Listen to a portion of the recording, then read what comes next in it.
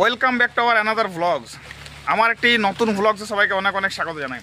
আজ প্রচণ্ড বৃষ্টি হচ্ছে এবং আমি ছাতা নিয়ে বেরিয়ে পড়েছি নদী দেখতে। নদীর কিছু গুণাগুণ আছে, নদীর সম্পর্কে কিছু বিস্তারিত আলোচনা করবো আপনাদের সঙ্গে।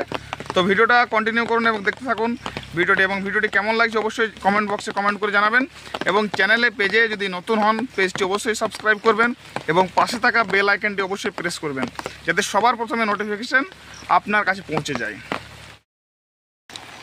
বাবাই ব্লগসে সবাইকে অনেক অনেক স্বাগত। আজকে নদীর দেখাতে এসেছি। এখন নদীতে জল নেই, ঠিক আছে, মানে যতটা জল থাকে তার থেকে বেশি রয়েছে। এখন বৃষ্টি পড়ছে কদিন আগে, এই যে এটা পাথর বটে, পাথরটা পর্যন্ত জল হয়ে গেছিলো, ঠিক আছে, মানে অনেক জল ছিল, মানে একটা মানুষ ডুবে যাবে এরকম, ঠিক আছে।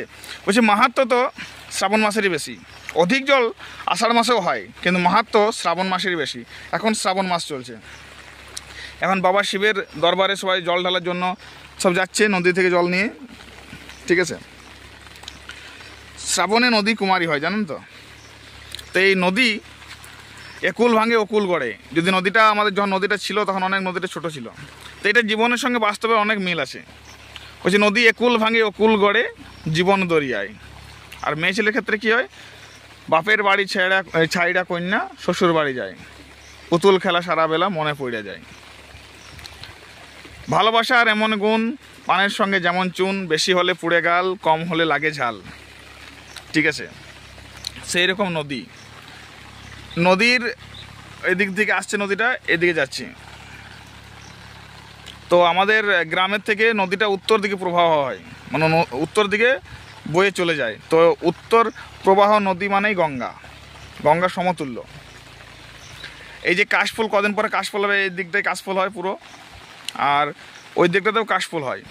তো এই নদী নিয়ে একটা আমাদের কবিতা আছে যে বন্যায় ভেসে গেল কত শত দেশ, কল্লহ হুহুকারে ডাকিছে শেষ নিঃশেষ।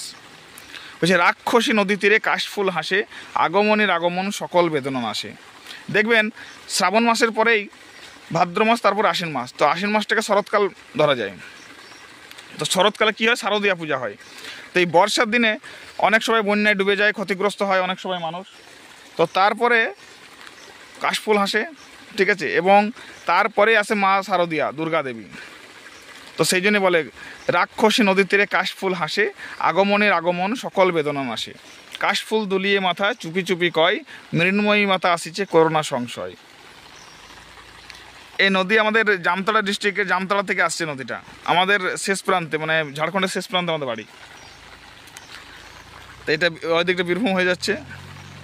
তো অবশ্যই ব্লগস কেমন লাগছে বলবেন, এবং পেজে নতুন হলে পেজটি অবশ্যই সাবস্ক্রাইব করবেন, কারণ 7 বছরের অক্লান্ত পরিশ্রম এটার মধ্যে মিশে আছে, তাই একটু সাপোর্ট করবেন। Thank you. দেখা হবে আবার কোনো নতুন ভিডিওতে। ততদিনের জন্য ভালো থাকবেন, সুস্থ থাকবেন, সুস্থ রাখবেন এই কামনা করি।